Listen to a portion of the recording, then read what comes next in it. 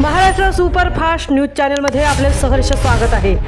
का सत्याची धार लेखणीची महाराष्ट्रातील ताज्या आणि वेगवान बातम्या पाहण्यासाठी आपल्या हक्काचे चॅनल शेअर करा, लाईक करा आणि सबस्क्राईब करा। धन्यवाद। समग्र शिक्षा कंत्राटी कर्मचाऱ्यांचा 20 वर्षांचा वनवास संपला। 116 दिवसांच्या ऐतिहासिक लढ्याला आझाद मैदानावर घवघवीत यश। महाराष्ट्र राज्यातील समग्र शिक्षा कंत्राटी कर्मचाऱ्यांच्या संघर्षाला अखेर 2 जुलै 2026 रोजी ऐतिहासिक यश मिळाले। समग्र शिक्षा कंत्राटी कर्मचारी संघर्ष समितीच्या वतीने मुंबईतील आझाद मैदानावर तब्बल 116 दिवस 9 मार्च 2026 ते 2 जुलै 2026 हे आंदोलन सुरू होते। या प्रदीर्घ आणि शांततापूर्ण लढ्याची दखल घेत राज्य शासनाने कंत्राटी कर्मचाऱ्यांना मोठा दिलासा दिला आहे। कॅबिनेट बैठकीत झालेल्या महत्त्वपूर्ण निर्णयानुसार समग्र शिक्षामधील उर्वरित करार कर्मचाऱ्यांसाठी अधिसंख्य पद निर्माण करण्यास मंजुरी देण्यात आली आहे। या ऐतिहासिक निर्णयामुळे तब्बल 20 वर्षांचा कंत्राटी वनवास संपला असून या कर्मचाऱ्यांचा शासन सेवेत कायमस्वरूपी समाविष्ट होण्याचा मार्ग मोकळा झाला आहे। या निर्णयामुळे राज्यभरातील कर्मचाऱ्यांमध्ये आनंदाचे वातावरण पसरले आहे। या ऐतिहासिक यशानंतर समग्र शिक्षा संघर्ष समिती महाराष्ट्र राज्याच्या वतीने राज्यातील सर्व प्रमुख पाठीराख्यांचे आणि नेत्यांचे जाहीर आभार मानण्यात आले आहेत। समितीने प्रामुख्याने पुढील मान्यवरांप्रती कृतज्ञता व्यक्त केली आहे। नामदार देवेंद्रजी फडणवीस साहेब मुख्यमंत्री, नामदार एकनाथजी शिंदे साहेब उपमुख्यमंत्री, नामदार सुनेत्राताई पवार शिक्षण मंत्री, नामदार दादासाहेब भुसे शिक्षण राज्यमंत्री, नामदार पंकजभाऊ पोयर, नामदार गिरीशभाऊ महाजन, नामदार भरतशेठ गोगावले यांच्यासह कॅबिनेटमधील सर्व मंत्री महोदय, शिवा संघटनेचे संस्थापक तथा राष्ट्रीय अध्यक्ष प्राध्यापक मनोहर धोंडे सर, समग्र शिक्षा अभ्यास समिती सदस्य आमदार ज्ञानेश्वर म्हात्रे साहेब, आमदार मनीषा कायदे मॅडम, आमदार माननीय ज.म. अभ्यंकर साहेब, आमदार किशोरजी दराडे साहेब आणि आमदार निरंजनजी डावखरे साहेब, राज्यातील सर्व सन्माननीय आमदार महोदय, राजपत्रित अधिकारी, संघटना केंद्र प्रमुख संघटना, सर्व शिक्षक संघटना आणि सर्व प्रशासकीय अधिकारी, सर्व मान्यवरांनी कृतज्ञता व्यक्त केली आहे।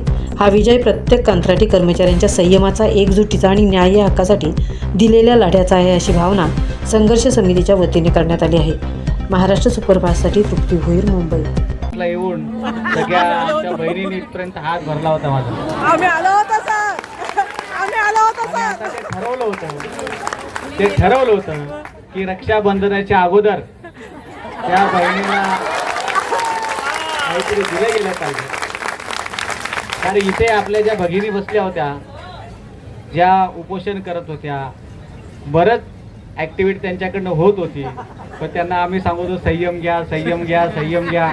कोणी झाडावर चढतंय, कोणी रस्त्यावर काय काय करतंय, बरंच काय घडलं। अनेकदा असं वाटलं की यांचा विजय सोडून द्यावा,